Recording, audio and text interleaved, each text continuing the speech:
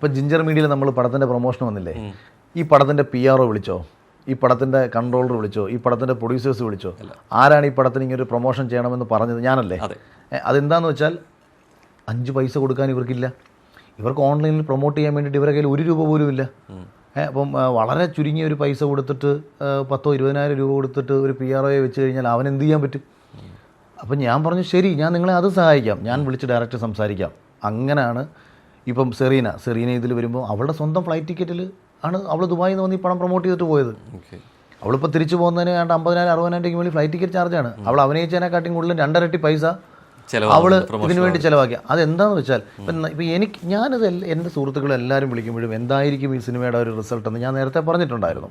പക്ഷേ നമ്മൾ ഒരിക്കലും അത് മുൻകൂട്ടി പറഞ്ഞ് ഒരു സിനിമയോ അല്ലെങ്കിൽ അവരുടെ പ്രതീക്ഷകളെയോ ഒന്നും മോശമാക്കാൻ പാടില്ല. ഇപ്പോൾ ഇത് പറയുന്നത് സിനിമയുടെ റിസൾട്ട് ഏറെക്കുറെ ജനങ്ങൾക്കിടയിൽ എത്തിക്കഴിഞ്ഞു.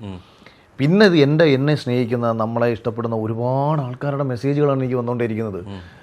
എന്തിനായിരുന്നു ഇങ്ങനെ ഒരു സിനിമയിൽ അഭിനയിച്ചത് എന്നുള്ളൊരു ചോദ്യം ഉണ്ടായിരുന്നു.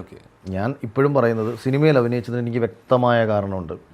ആ കാരണം സാറ്റിസ്ഫൈ ചെയ്യുമെന്നുള്ള പ്രതീക്ഷയിലാണ് സിനിമയിൽ അഭിനയിച്ചത്. ആ കാരണം സാറ്റിസ്ഫൈ ചെയ്യുവാണെന്നുണ്ടെങ്കിൽ എനിക്ക് കേൾക്കുന്ന പരിഹാസങ്ങളൊന്നും ഒരു പ്രശ്നമേ ആയിരുന്നില്ല.